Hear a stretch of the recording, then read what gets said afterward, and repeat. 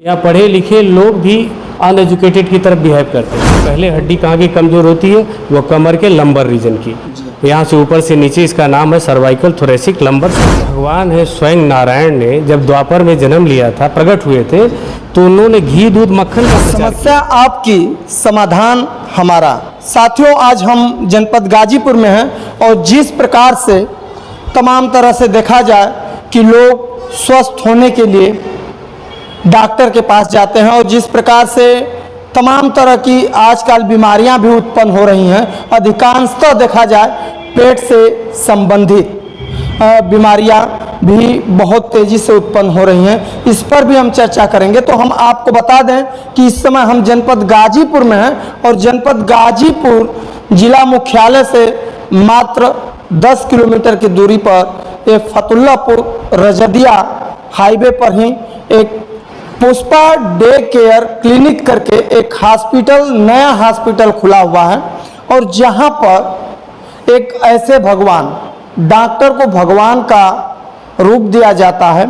तो साथियों समझिए, ये पिछड़ा इलाका है और यहाँ पर ऐसे गाजीपुर जनपद में एक ऐसे डॉक्टर आ रहे हैं जो नाम मात्र के खर्च में इलाज होगा। समझिए कि एक ऐसे प्रतिष्ठित डॉक्टर हैं और मैं आपको बता दूं कि पूर्व मुख्य चिकित्सा अधिकारी रहे डॉक्टर अश्विनी कुमार चौबे जी हैं। आप उत्तराखंड से में रहे हैं और वहां से स्वैच्छिक सेवानिवृत्ति लिए हुए हैं। साथियों, डॉक्टर साहब जो हैं पेट से संबंधित और आर्थोपेडिक डॉक्टर जो हैं, हड्डी से संबंधित जो होता है, और जिस प्रकार से मैंने वर्णन किया कि पेट से संबंधित तमाम तरह की बीमारियां भी होती हैं और जिस प्रकार से आपके शरीर में चाहे हड्डी से, नसों में, कमर से अधिकांशतः लोग स्लिप डिस्क से परेशान रहते हैं। इस विषय पर हम विशेष तौर से चर्चा करेंगे।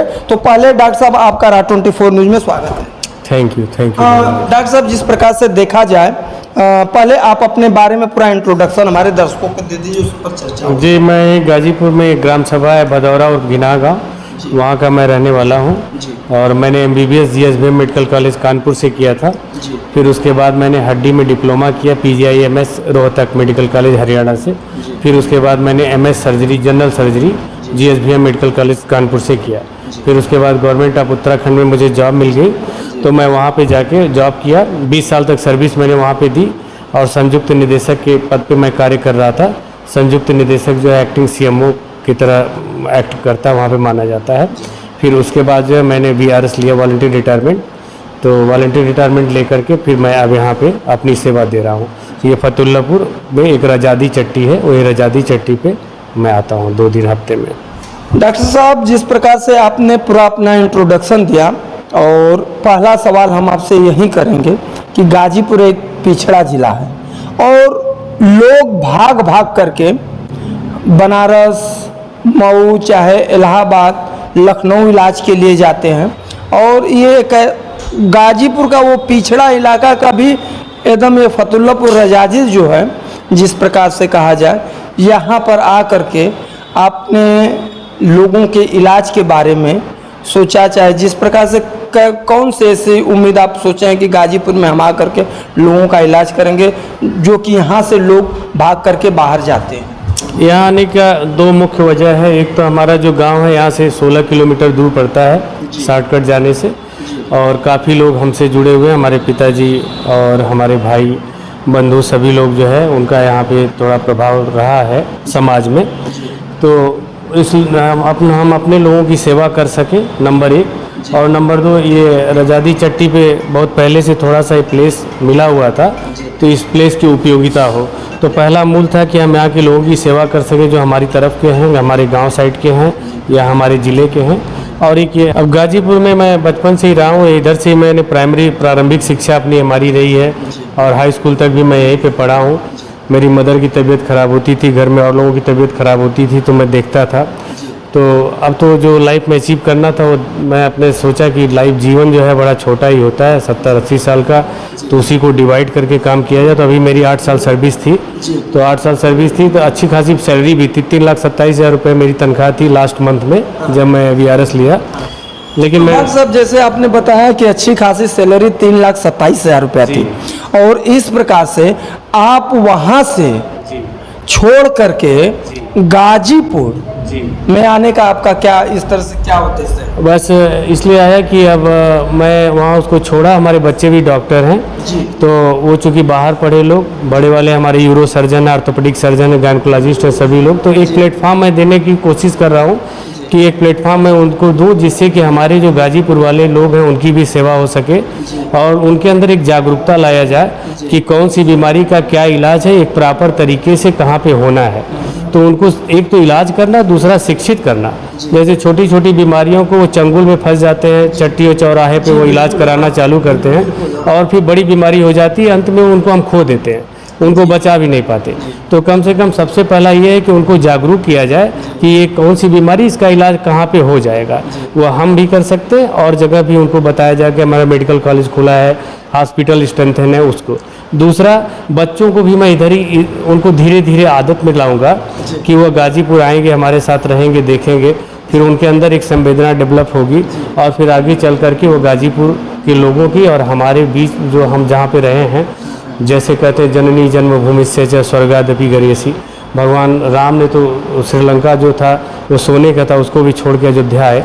तो अल्टीमेटली बच्चों को भी यही शिक्षा देना है कि बेटा कहीं भी रहो लेकिन यहाँ अपनी मातृभूमि में जरूर आके सेवा दो। देखिए डॉक्टर साहब ने कितनी बड़ी बात कहा है, मैं वही बात कर रहा था। डॉक्टर भगवान के रूप होते हैं साथियों, और जिस प्रकार से डॉक्टर साहब की सोच है और आप विज्ञ हैं कि हर जगह चट्टी चौराहे पर कितने झोले छाप डॉक्टर भी होते हैं, और जिस प्रकार से ऑपरेशन चाहे बीमारियों के बारे में न जानकारी होते हुए भी पता चल रहा है कोई सिस्ट है, छोटी बीमारी को बड़ी बना देते हैं, कोई सिस्ट भी है और वो धीरे धीरे कैंसर का भी रूप ले रहा हो और उसका वो कह देंगे कि ये गांठ है, इस तरह से गिल्टी है, इसको कर देते हैं और बाद में वो समस्याएं बढ़ जाती हैं। और डॉक्टर साहब ने जिस प्रकार से सोच करके कि हमारे बच्चे भी डॉक्टर हैं उस तरह से न्यूरो से लेकर के, तो गाजीपुर में और गाजीपुर के लिए एक बेहतर चिकित्सकीय सुविधा, क्योंकि यहाँ पर काफ़ी कमज़ोर तबके के लोग हैं और यहाँ पर एक कम खर्च में अच्छी इलाज हो सके, और नहीं अगर समझ में आएगा तो जहाँ पर उनको अच्छे राह दिखाया जा सकता तो ये काबिलियत तारीफ है। डॉक्टर साहब समय का अभाव है और आपसे लाइव प्रोग्राम में जुड़ा जाएगा, लेकिन मुख्य विषय एक ये जो पेट से संबंधित आप बता रहे थे बीमारियां जो होती हैं वो कैसे क्या विकृत होती हैं, उसके बारे में थोड़ा सा हमारे दर्शकों को बताइए। जी, मैं जनरल सर्जन हूँ। मेनली जो पेट में बीमारी होती है वो खाने पीने का जो अपना हाइजीन होता है उसको मेंटेन करने की आवश्यकता होती है। जैसे हम एक तो ताज़ा खाना खाएं, गीता में भी लिखा है, भगवान ने कहा है कि 3 घंटे पहले का भोजन हमको नहीं करना चाहिए, तो ठंडा खाना ना खाएं। दूसरा, जब हम खाना खाने जाएं तो साबुन से हाथ धुल लें। तीसरा, जो पानी का सेवन हम करते हैं तो हमको देखना चाहिए कि हम कौन सा पानी पी रहे हैं और पानी साफ़ सुथरा होना चाहिए। ज़रूरी नहीं कि आप आरओ का पानी पिए, जो पानी 200-300 फीट नीचे से आ रहा है वो भी पानी सही है, हाइजीनिक है। तो इस प्रकार अगर हम देखें तो 80% बीमारियां जो पानी से जनित हैं और खाने से जनित हैं उससे दूरी बन जाएगी। फिर उसके बाद अगर आप आगे की तरफ बढ़ते हैं तो सुबह उठना, टाइम से योग करना, प्राणायाम करना, समय से नाश्ता करना, फिर उसके बाद टाइम से लंच करना, फिर शाम को भोजन करना, अगर ये प्रक्रिया चलती रहती है तो हम बीमार कभी नहीं पड़ सकते। जैसे योग गुरु रामदेव बाबा जो है वो क्या करते हैं, वो शिक्षित ही तो करते हैं कि आप ये करिए, आप करिए। तो शिक्षा, prevention is better than cure. अगर हम सुरक्षा करते हैं तो इलाज से ज़्यादा अच्छा है। हम थोड़ा लापरवाह हो जाते हैं, हम देर तक सोते हैं, सूर्योदय के बाद नहीं सोना चाहिए, फिर हम जो काम 5 बजे करना चाहिए हम 7 बजे 8 बजे करते हैं, 2 घंटे 3 घंटे का। इस प्रकार जो है अपना जो रिदम है, साइक्लिकल रिदम, वो चेंज हो जाता है। जब चेंज हो जाता है तो मेटाबॉलिज्म भी चेंज होता है शरीर का, फिर तमाम तरह की बीमारियां होती हैं। तो बहुत सारे लोग ऐसे हैं जो बीमारी नहीं भी रहती है तो उनके दिमाग में ऐसा साइकोलॉजिकली घुस जाता है कि वो अपने को बीमार समझते हैं। तो 70% तक तो आप मान के चलिए साइकोलॉजिकली बीमार समझते हैं, जबकि आप अल्ट्रासाउंड कराएंगे तो उसमें भी नॉर्मल आएगा, इवन सीटी कराएंगे तो नॉर्मल आएगा, लेकिन उनको लगता है कोई ना कोई बीमारी है। तो मेन एजुकेशन भी देना मस्ट है। जो हमारा इलाका पिछड़ा है, यहाँ पढ़े लिखे लोग भी अनएजुकेटेड की तरफ बिहेव करते हैं। उनको जैसे लगता है कि हम यहाँ जाएंगे तो हमारा पैसा, भय है उनको डॉक्टरों से, हॉस्पिटल से, समाज से भय है कि हम हॉस्पिटल में जाएंगे डॉक्टर लूट लेगा, ये कर देगा, वो कर देगा। तो आप प्राइवेट डॉक्टर के पास मत जाइए, लेकिन आप सरकारी में जाइए। सही डॉक्टर को दिखाइए। आप उस भय के कारण ऐसा मत सोचिए कि हम किसी भी नीम हकीम खतरे से आप इलाज अपना करवा लें, जिससे आपको आने वाले समय बड़ा नुकसान उठाना पड़ता है। और मैं कई किस्से सुनता हूँ कि ऐसा ऑपरेशन हो गया, ऐसी दवाएं चली जो बनारस रेफर हुए और मर गए, रास्ते मर गए। तो जीवन बड़ा बहुमूल्य है। तुलसीदास ने कहा है, बड़े भाग्य मानुष तन पावा, सुर दुर्लभ सदग्रंथन गावा, साधन धाम मोक्ष का द्वारा ए न पाए जय परलोक सवारा। ये जीवन कई जन्मों के पुण्य कर्म के बाद प्राप्त होता है, और मानव सेवा ही श्रेष्ठ सेवा है। ईश्वर जो है, ईश्वर अंश जीव अविनाशी, चेतन अमल सहज सुखराशि। हर व्यक्ति के हृदय में ईश्वर का वास है, और मानव सेवा ही ईश्वर की सेवा है। तो हम अपने इस शरीर से लोगों की सेवा कर सकें, और सेवा करने का मतलब डॉक्टरी नहीं, हम उनको सही राह दिखा पाएँ, सही तरीके से उनका हम इलाज करा पाएँ, उनका 2 पैसा हम बचत कर पाएँ। यही मेरे जीवन का मूल उद्देश्य है। आगे तो सब ईश्वर ही करेगा। डॉक्टर साहब ने कितनी महत्वपूर्ण बातें कहा है। डॉक्टर साहब, एक लास्ट सवाल हो जाए, जिस प्रकार से भाग दौड़ की जिंदगी में देखा जाए अधिकांशतः लोग कमर के मतलब देखा जाए कमर से परेशान हो रहे हैं, और लोग कह रहे हैं कमर दर्द कर रहा है, और इस तरह से क्या ये किस वजह से कम उम्र में ही मुश्किल से 16-17 साल के 18 साल के बच्चे हैं और कमर से परेशान हो जा रहे हैं? क्या इसकी क्या अधिकार? देखिए, इसका बहुत सीधा साधा मैं आपको उदाहरण बताता हूँ। आप टीवी में देखते होंगे, बड़े बड़े ब्रांड एम्बेसडर आके प्रचार करते हैं, अमिताभ बच्चन करते हैं, सचिन तेंदुलकर करते हैं, सभी लोग करते हैं, और हम लोग जो है उनसे इन्फ्लुएंस होकर वो खरीदते हैं प्रोडक्ट को। ईश्वर ने, जो भगवान है स्वयं नारायण ने, जब द्वापर में जन्म लिया था, प्रकट हुए थे, तो उन्होंने घी दूध मक्खन का प्रचार किया था, और मक्खन चुरा के खाए थे, इसलिए माखन चोर कहते हैं। तो उनको मक्खन की थोड़ा आवश्यकता थी, लेकिन वो बताए थे कि अब द्वापर खत्म हो रहा, कलयुग आ रहा है। तो जो लोग घी दूध मक्खन पे ज़्यादा डिपेंडेंट हैं, उनको ये कमर की तो 100% गारंटेड मैं देता हूँ बीमारी नहीं होगी। वो उन्हीं को है जो दूध घी मक्खन से हट रहे हैं।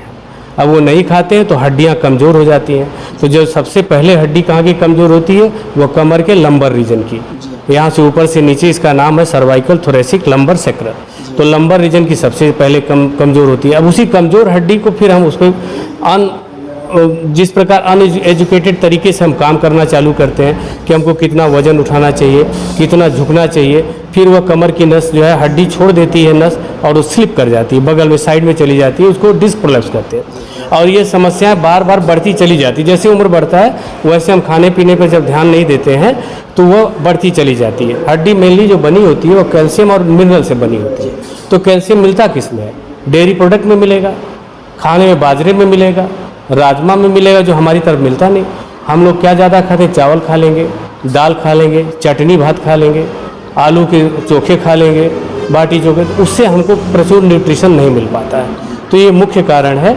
अगर हम डेली अपना आधा किलो दूध जो है अपने डाइट में शामिल करें, मलाई उतार के, अगर मलाई उतार दें जो बूढ़े लोग हैं, तो हम समझते हैं कि 80% कमर दर्द खत्म हो जाएगा। तो एकदम प्रूवन है। जो भी आप कहीं भी जाएं, किसी भी न्यूरो सर्जन से और आर्थोपेडिक सर्जन का जब आप प्रिस्क्रिप्शन देखेंगे तो उसमें जो है 3-4 दवाएं वही होती है। विटामिन D3 होता है, कैल्शियम होता है, विटामिन B12 होता है, फिर उसके बाद जब कोई एनाल्जेसिक दी जाती है या कोई जो है न्यूरोपैथिक के लिए दवाई दी जाती है। तो साथियों, डॉक्टर साहब ने महत्वपूर्ण बात जो है बताया, और जिस प्रकार से तमाम विषय पर, तमाम मुद्दों पर हम लोग जो हैं चर्चा करेंगे। दिन होगा रविवार और 27 तारीख को शाम 2 बजे आप सीधे फ़ोन करके आप डॉक्टर साहब से अपनी समस्या के बारे में जानकारी ले सकते हैं। पेट से संबंधित हो, हड्डी से संबंधित हो, प्रेशर, शुगर, किसी से भी सर, ब्लड प्रेशर, शुगर, किसी भी चीज़ से संबंधित हो, आप फ़ोन करेंगे, मैं आपका आंसर करूंगा, उत्तर करूंगा, और आप निश्चित रूप से सेटिस्फाइड होंगे, और इसमें कोई दो राय नहीं। तो 2 बजे से हमको ज़रूर आप फ़ोन करें, 2 बजे के बाद मैं आपसे वार्तालाप करूँगा। तो साथियों, संडे का दिन 27 तारीख को आप भूलिएगा मत, और समय होगा दिन को 2 बजे।